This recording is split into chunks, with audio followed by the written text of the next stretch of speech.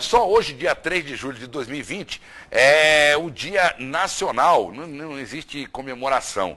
Hoje é o Dia Nacional de Combate à Discriminação Racial.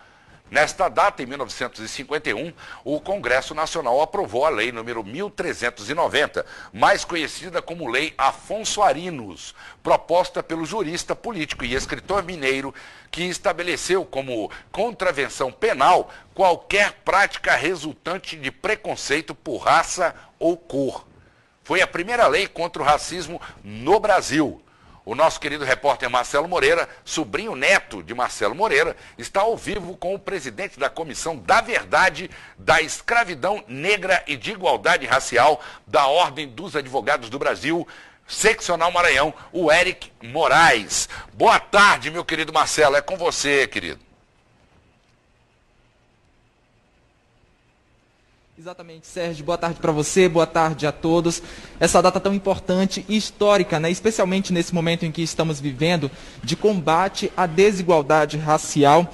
Nesse momento que a gente está vivendo, claro, nós do Balanço Geral não poderíamos deixar de falar desse debate tão importante que há muito tempo ele está na nossa pauta. Infelizmente, a gente precisa falar porque ainda é recorrente, não é um assunto passado, é um assunto que está presente, a gente precisa. E, claro, a gente sabe que a morte do norte-americano George Floyd desencadeou uma onda de manifestações e protestos, tanto nas ruas quanto nas redes sociais, por conta da pandemia também. E isso eclodiu no mundo todo, né, trouxe em evidência o assunto, o racismo, as lutas antirracistas. E sobre esse assunto eu vou conversar agora com o Eric Moraes, que é presidente da Comissão da Verdade da Escravidão Negra e de Igualdade Racial da OAB Maranhão. Boa tarde, Eric. Seja bem-vindo ao Balanço Geral. A gente sabe que esses movimentos, essas questões têm fortalecido, claro, essa luta antirracista, principalmente nesses últimos tempos em que a gente está vivendo. Qual que é a importância desses movimentos, principalmente nos dias atuais? Como a gente vê, hoje é o Dia Nacional de Combate ao Racismo. A gente tem, só em 1951, a primeira lei que trata o racismo como contravenção penal, ou seja, o cidadão ele poderia cometer a contravenção, que ele sairia da delegacia, e em 1985, com o projeto de lei do grande deputado K.O., a gente vem ter a Lei 7716 de 89, que prevê o crime de racismo inafiançável, ou seja, um país com mais de 500 anos, somente há 30 anos nós temos um efetivo pelo ordenamento jurídico, que é a prisão e o crime inafiançável. A gente ainda está muito recente nessa luta antirracista no Brasil e é um momento especial para que possamos chamar todos aqueles que não gostar de discriminação racial a se integrar aos negros do Brasil. Infelizmente, Eric, um assunto que não é de hoje, né, mas que continua ainda em evidência, né? Sem dúvida. Entendemos que o racismo ele é estruturado na sociedade, ele que molda as nossas relações. Ele é uma anomalia, uma patologia que pode vir a demonstrar até um problema de caráter.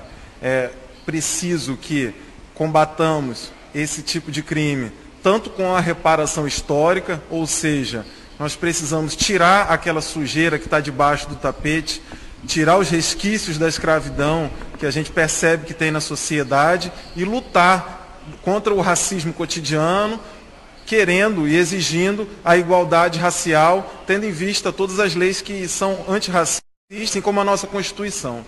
Certo. Agora a gente sabe também que o momento histórico que a gente viveu, claro, nesses últimos tempos, foi a morte do norte-americano George Floyd, que ele foi morto brutalmente ali nos Estados Unidos. Como é que a OAB analisa isso também no papel da sociedade e também no cotidiano social?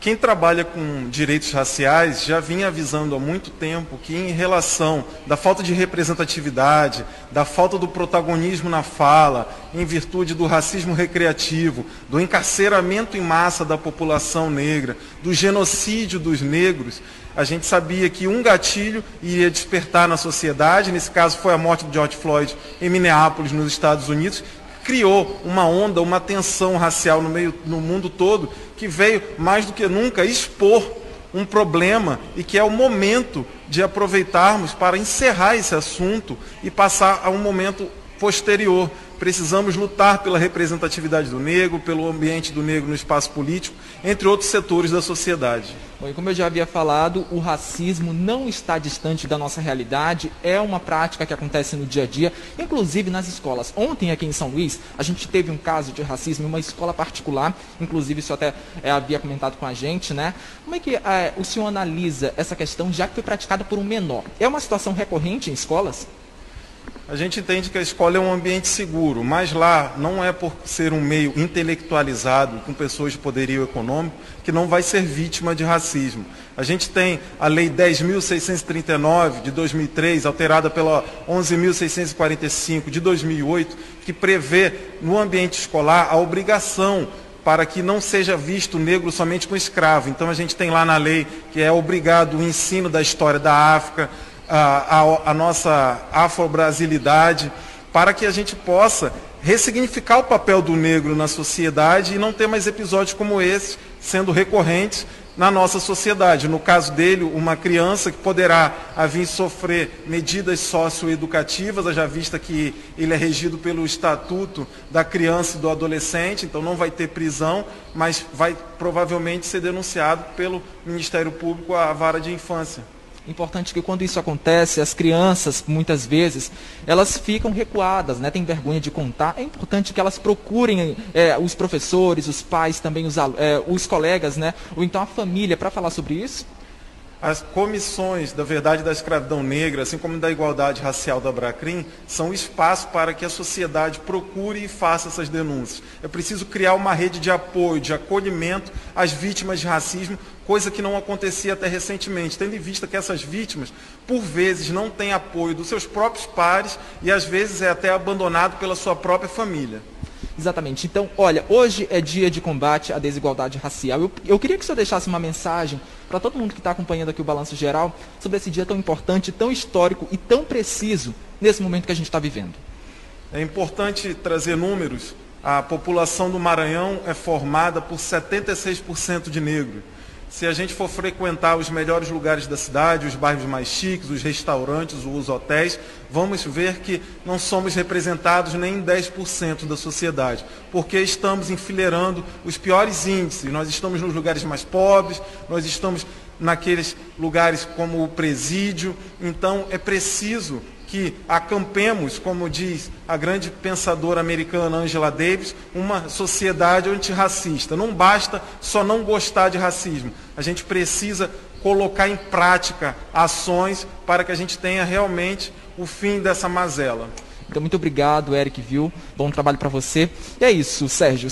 Finalizo por aqui falando a seguinte frase: racismo não se tolera, racismo se combate, e nesse tempo que a gente está vivendo é exatamente isso que a gente precisa: combater o racismo e aderir à luta antirracista. Sérgio. Obrigado, o Eric, obrigado aí, Marcelo, rapaz, menino bom.